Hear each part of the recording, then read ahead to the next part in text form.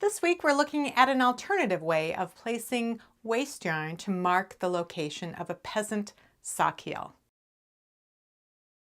As always, if you'd like to jump right to a specific point in the video, there are direct links down in the description. In the past few weeks, I've been knitting a lot of peasant heels as part of my series on better fitting sock heels. And as a result, I've been knitting a lot of waste yarn to mark the location of those peasant heels. Right away, I was frustrated with the technique I was using to recapture the stitches above and below that waste yarn prior to knitting the actual heel. It's the method I've always used for this type of opening, but I was finding it difficult to use for sock heels.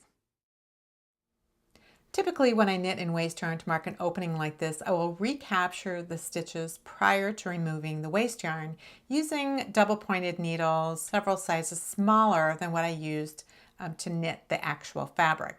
So I capture the right leg of each stitch above and below the waste yarn.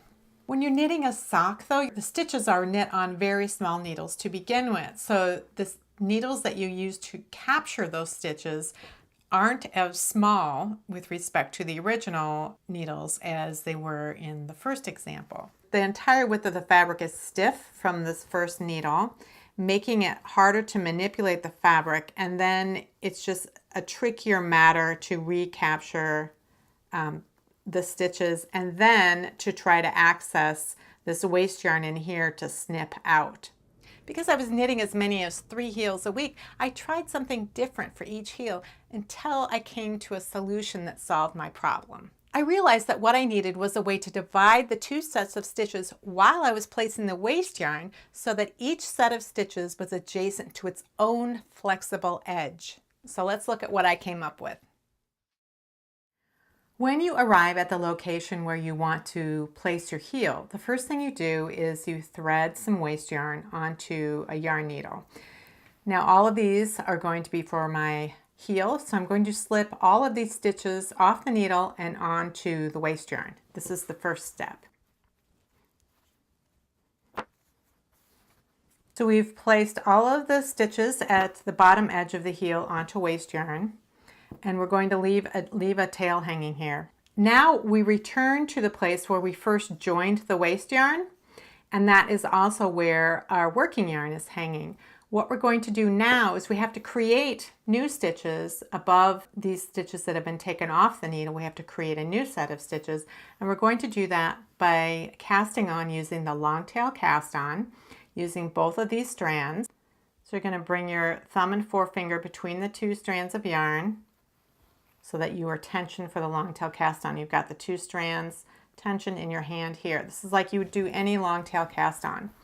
And now you're going to cast on using the waste yarn on your thumb, and that will create the edge.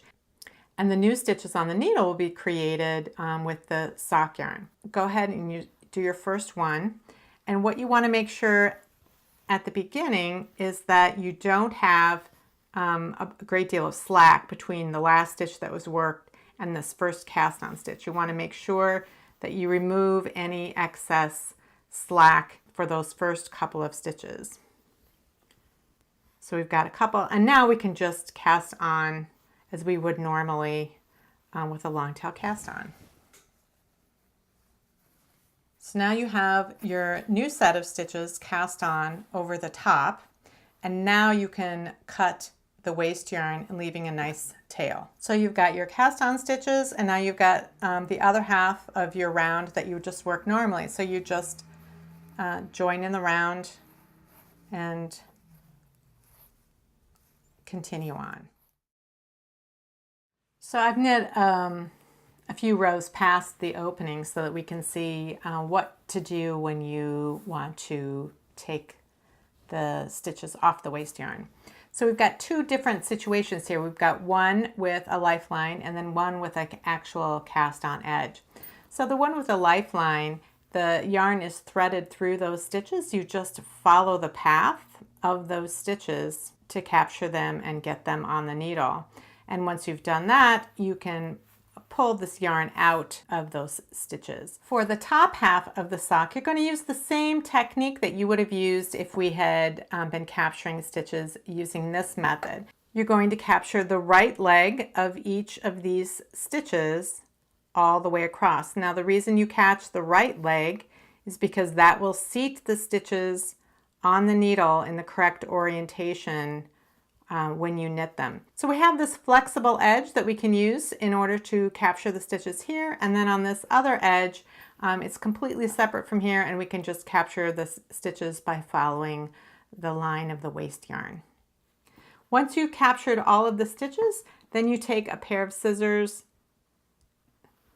and carefully snip along the edge and then pull the waste yarn out. Now I should note that this type of opening allows you to try on the sock as you're knitting it, but I wouldn't recommend it as a way for determining when to start your toes if you're working in a cuff down situation, because that heel opening can spread and give you a false sense of how long the sock leg actually is. What I would recommend is knitting the heel before you need to work your toes, and then once the heel is knit, try the sock on again, and then determine when to start your toe decreases. This method would also work for any peasant style openings, such as mitten thumbs or pockets or other situations in which you need to knit in waste yarn in order to mark an opening that will be knit later.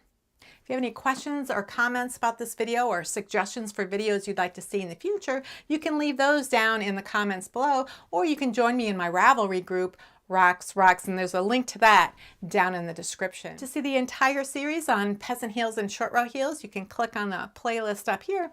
Or if you'd like to see my playlist of all sock related videos, there's a link to that down there.